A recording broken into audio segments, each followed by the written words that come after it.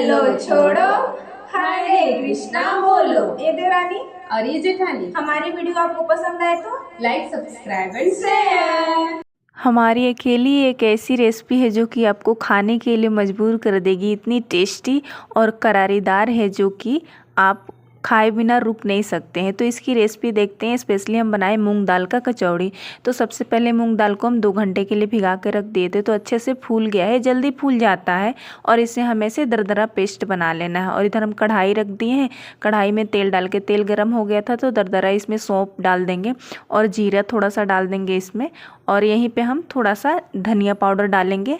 इस लाल मिर्च पाउडर आप अपने हिसाब से डाल लीजिएगा टेस्ट के अनुसार। और यहीं पे थोड़ा सा हमें बेसन डालना है। मूंग दाल के कचौड़ी में स्पेशली बेसन डलाता ही है। तो 2 चम्मच बड़े साइज़ का हमने बेसन डाला और हल्का सा इसको भून लेंगे। हम गैस के फ्लेम को एकदम कम रखेंगे, नहीं तो जल जाएंगे मसाले हमारे। और बेसन हल्का सा भुना जाएगा, ज़्यादा टाइम नहीं लगता है। तो यहीं पर जो हम दरदरा मूँग दाल अपना रखे थे ना, उसको भी डालेंगे। उससे पहले हम इसमें चाट मसाला थोड़ा डालें हैं और नमक डालें हैं। इसको थोड़ा सा भुनना हमें 1 सेकंड के लिए। और उसके बाद अपना पेस्ट को हम यहीं पे डाल देंगे और इसको अच्छे से भूनेंगे। तो शुरू में तो हमें इसको भूनने में दिक्कत होगा, चिपकने लगता है कढ़ाई में ऐसे, पर बहुत आसानी से इसको हम भून लेंगे। कम आंच रहता है। देखिए इसका कलर चेंज हो गया और एकदम ड्राई सा हो गया है। तो यहीं पे थोड़ा सा हमें घी या तेल, आप कुछ भी डाल सकते हैं, थोड़ा सा ये सॉफ्ट हो जाएंगे। और फिर से इसका भुनाई हम करेंगे। गैस का फ्लेम यहाँ पर हम कम ही रखे हैं एकदम। और देखिए कितना अच्छा सा ये भुना गया। खुशबू बहुत अच्छा सा आता है। इसमें सौंफ वोंफ डलाता है ना, बहुत मसाला कोई ज़्यादा कुछ नहीं डलाता है। बहुत आसानी से आप सभी बना सकते हैं। और थोड़ा सा इसमें मैंने चीनी ऐड किया है। ये ऑप्शनल है, आप चाहें तो ऐड कर सकते हैं, नहीं चाहें तो मत करिएगा, आपके ऊपर डिपेंड करता है। पर हमारे यहाँ जो मिलता है ऐसे थोड़ा तीखा और मीठा लगता है, वो बहुत टेस्टी लगता है। तो देखिए हमारा लगभग दाल भुना गया, एकदम ड्राई हो गया है और सॉफ्ट, खुशबू तो पूरे घर में बिखर गया था।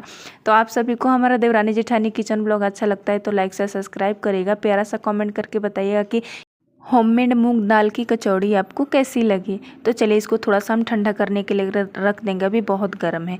तब तक इसके लिए आटा लगा लेंगे। तो मैंने मैदा लिया है और उसमें थोड़ा सा क्रश करके अजवाइन डाल देंगे, थोड़ा सा नमक इसमें ऐड करेंगे। और मोइन के लिए घी या तेल आप कुछ भी इस्तेमाल कर सकते हैं इसमें।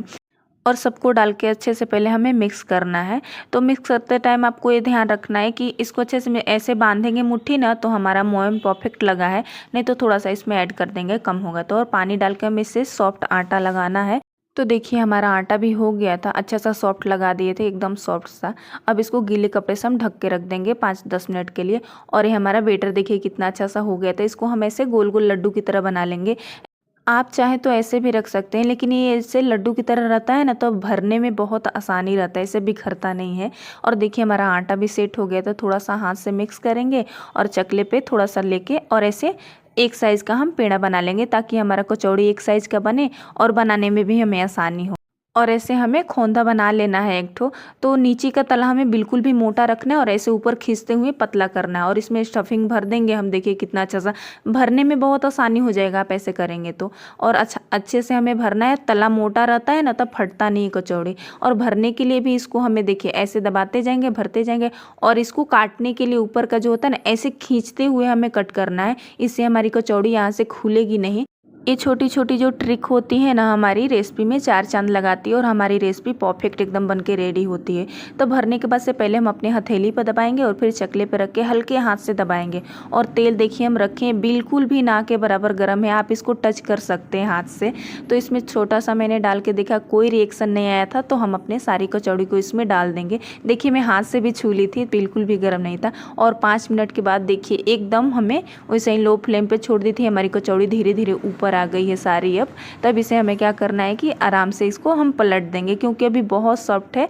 थोड़ा सा भी इसे हमें कुछ छूछा नहीं करना है। डालने के बाद तो बिल्कुल भी नहीं छूना है, नहीं तो हमारी कचौड़ी टूट सकती है।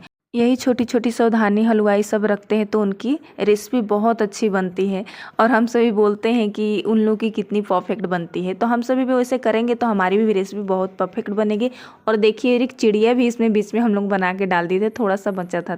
पहली बार हम तेल में डालते हैं उसी समय थोड़ा सा हमें सावधानी बरतना रहता है, नहीं तो फिर हम 1-2 बार इसको पलट देते हैं। उसके बाद से आप मीडियम गैस करके इसको आराम से उलटते पलटते इसमें सुनहरा कलर लाके इसको सेक के अच्छा सा क्रिस्पी बना सकते हैं। तो देखिए अब हमारा कचौड़ी सिका के एकदम सा रेडी, एकदम फूला फूला क्रिस्पी बना था, इतना अच्छा कि इसको हम पैक करके आराम से आप 20 दिन तक रख सकते हैं। अभी क्या है, बरसात के टाइम है ना, तो ये सब चीज़ें खाने का मन करता है, बरसात में बाहर से तो ला नहीं सकते हैं। तो देखिए हमारा कचौड़ी सारा तल के एकदम से रेडी है। तो सोचिए हम घर में बनाते हैं और सबको खिलाते हैं और खाते हैं और आपके साथ शेयर करते हैं। तो देखिए कितना क्रिस्पी, अंदर से एकदम चारों तरफ मसाला हो गया था। तो आप सभी बनाएं, खाएं घर में से।